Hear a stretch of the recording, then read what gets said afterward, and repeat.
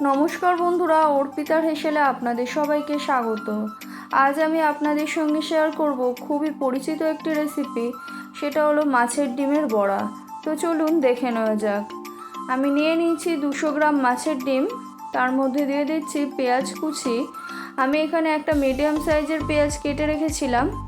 এবার দিয়ে দিচ্ছি কাঁচা লঙ্কা কুচি। আমি এখানে 2টো কাঁচা লঙ্কা নিয়েছি, আপনারা আপনাদের স্বাদ অনুযায়ী কাঁচা লঙ্কাটা কম বা বেশি করে নেবেন। দিয়ে দিচ্ছি লবণ, লবণটাও আপনারা স্বাদ অনুযায়ী দেবেন। আর দিয়ে দিলাম হলুদ গুঁড়ো।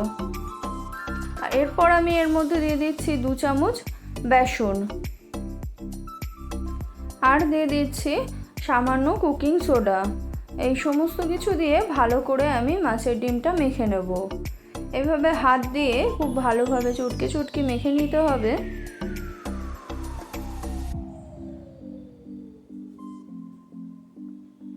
ভালো করে মাখা হয়ে গেলে আমি এখন একটা প্যানের মধ্যে সাদা তেল গরম করে নিচ্ছি। সাদা তেলটা একটু বেশি দিতে হবে, কারণ বড়াটা ভাজতে একটু তেল লাগে। এবার তেলটা গরম হয়ে গেলে আমি এর মধ্যে এইভাবে বড়াগুলো ছেড়ে দিচ্ছি।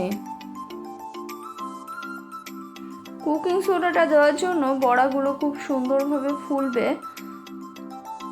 বড়াটার একটা দিক ভাজা হয়ে গেলে আমি এগুলোকে উল্টিয়ে দিচ্ছি।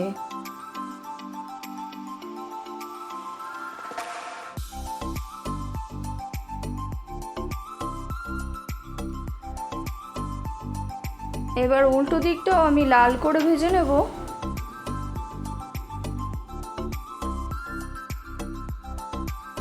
দেখুন বড়াগুলো দুটো দিকই ভালোভাবে ভাজা হয়ে গেছে।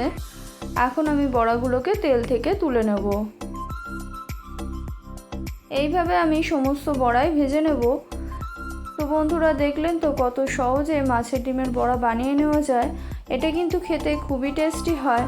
তো বন্ধুরা, আমার আজকের এই রেসিপি আপনাদের কেমন লাগলো অবশ্যই জানাবেন কমেন্ট করে। ভালো লেগে থাকলে একটা লাইক করে দেবেন, বন্ধুদের সঙ্গে শেয়ার করে নেবেন। এইরকম আরও অনেক রেসিপি পাওয়ার জন্য আমার চ্যানেলটি সাবস্ক্রাইব করে অবশ্যই পাশে থাকবেন। ধন্যবাদ।